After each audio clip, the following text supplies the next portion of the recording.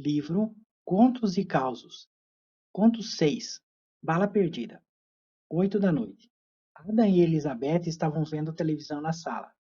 A noite estava quente. Os dois mantinham a janela da sala aberta. Ele se levantou e foi até a abertura.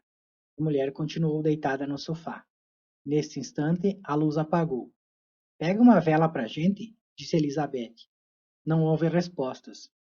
Amor, faz favor, ela insistiu. Nada. A luz voltou. A esposa se levantou e olhou para o companheiro. Levou um susto. Correu até ele, que estava caído no chão. Fale comigo, Adam. Não adiantava. O marido dela estava morto. Ao constatar que a lateral da cabeça estava suja de sangue, ela percebeu que o homem tinha sido atingido por um tiro. O enterro foi no dia seguinte. As investigações começaram. Passou um mês, 2, e nada foi resolvido. Todos os vizinhos foram convocados a depor, mas ninguém viu nada. Nenhum comércio local foi assaltado. A polícia fez um levantamento de todos os que possuíam armas registradas naquela região. Essas pistolas foram periciadas, mas nenhuma foi usada. Uma recompensa foi oferecida a quem desse uma pista. Algumas pessoas disseram ter ouvido um disparo, mas ninguém conseguia precisar de onde tinha vindo o tiro. As câmeras de segurança que existiam por ali foram examinadas, mas a falta de luz impediu que elas fossem úteis. O bairro não tinha gangues ou locais suspeitos.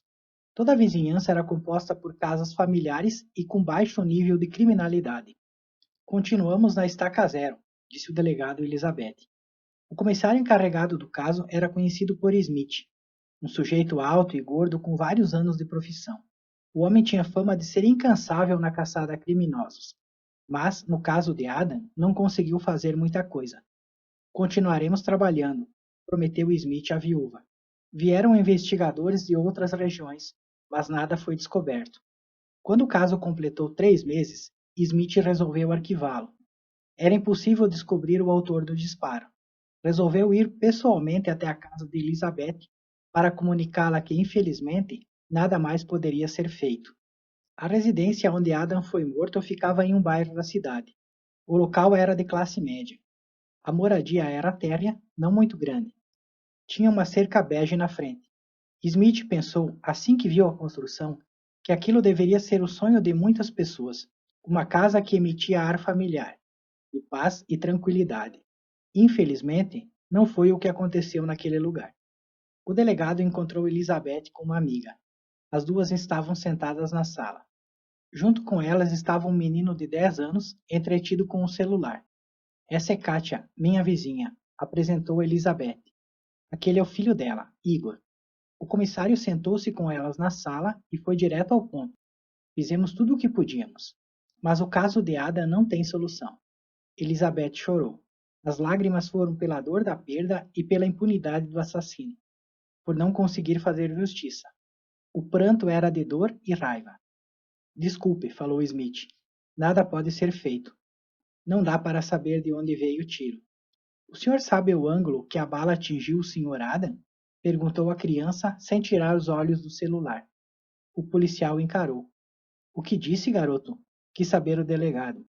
Contrariado, o menino deu pausa no game que estava jogando e encarou o comissário.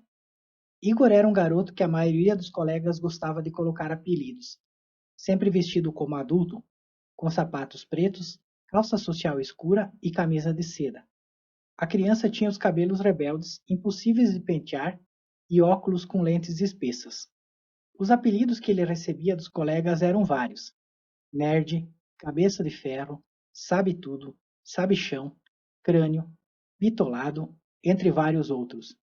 Os professores do garoto preferiam adjetivos mais leves: estudioso, inteligente, esperto, etc. A verdade é que Igor era um intelectual, ou, se preferir, um superdotado. Uma criança com um quociente de inteligência extremamente elevado. O garoto conseguia fazer cálculos e resolver situações de forma ágil, muito à frente dos demais. Ele encarou o delegado e explicou: se o senhor descobrir qual é o ângulo que a bala atingiu o Sr. Adam e saber qual a velocidade que ela viaja, é possível descobrir a localização de onde veio o projétil. Smith demorou um pouco para processar o que o menino falou. Como ele nunca pensou nisso? A mãe explicou que o grau de inteligência do filho era extremamente elevado e que mesmo os adultos tinham dificuldades em acompanhar o raciocínio dele. Se eu conseguir essas informações, você é capaz de descobrir de onde veio esse tiro? Questionou o delegado. O geniozinho suspirou. Por que as pessoas tinham que ser tão lentas? Acho que o senhor está perdendo tempo me fazendo essas perguntas. É claro que eu posso ajudar. As informações foram levantadas. Infelizmente, devido à falta de luz, foi difícil saber a colocação correta de Ada. Essa posição indicaria o local exato de onde veio o tiro. Mas, considerando as informações, os cálculos de Igor deixaram a busca restrita a 10 casas. As investigações recomeçaram. Com um mandado de busca e apreensão, a polícia entrou nas residências à procura de armas ilegais.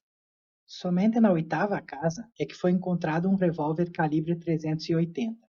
O proprietário não tinha registro. O homem, chamado Adrian, e sua esposa, Sylvia, foram levados à delegacia, mas tinham um álibi. No horário em que Ada morreu, os dois estavam jantando em um restaurante, comemorando o aniversário de casamento. A reserva e o gerente do estabelecimento confirmaram a versão do casal. Isso nos leva a estaca zero novamente, disse Smith a um investigador. Por que o senhor não chama aquele garoto superdotado novamente? Sugeriu Bruce, um investigador, um homem de uns 50 anos, com os cabelos começando a ficar grisalhos. E assim a situação foi exposta a Igor novamente. Eles não estavam em casa, observou o garoto, que foi trazido até a delegacia. Isso prova que não foram eles quem dispararam a arma. Isso nós já sabemos, disse Bruce impaciente. Mas eles são os únicos que moram lá? Questionou o superdotado. Ele é inteligente demais ou nós somos burros? Observou Smith. O casal tinha um filho, Rick, de 8 anos. E com quem ficou o garoto naquela noite? Perguntou Bruce ao casal, que foi trazido novamente até o distrito policial. Com um amiguinho da escola, respondeu a mãe dele. Deixamos os dois jogando e fomos para o jantar.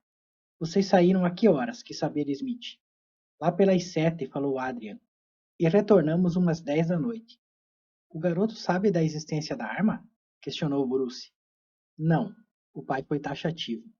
Mesmo assim, vamos bater um papo com o filho de vocês, sentenciou Smith. Com muito cuidado para não assustar o garoto, Smith e Bruce conversaram com Rick. O menino parecia assustado, mas foi distraído com doces e refrigerantes pelos policiais. No fim, contou que ele e o amigo descobriram a arma escondida em um balcão no quarto dos pais. Foram até o quintal brincar com ela, sem saber que estava carregada. O amigo, Tommy, estava manuseando o revólver, apontando para cima, quando houve o blackout. No susto, disparou.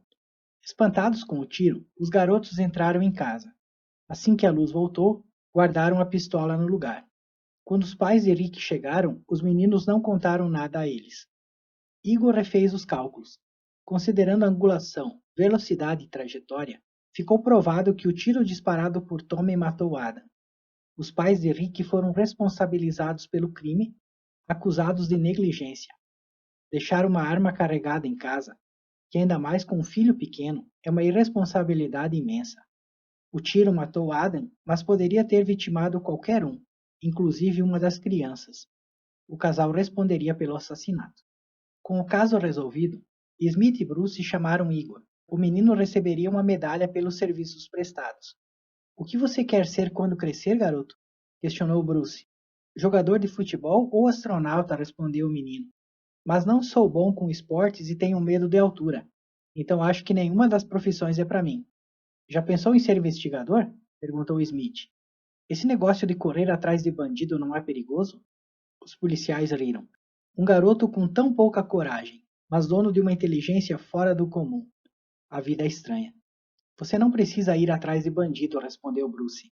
Porque se a sua inteligência trabalhar a favor da polícia, os criminosos não terão a menor chance. Fim. Esta é uma obra de ficção. Os personagens, os acontecimentos e os diálogos são frutos da imaginação do autor e não devem ser interpretados como reais. Qualquer semelhança com fatos reais, pessoas vivas ou falecidas, terá sido mera coincidência. Todas as situações aqui representadas têm como único objetivo o entretenimento. Os pontos de vista, as opiniões e as crenças são dos próprios personagens e não representam necessariamente os do autor.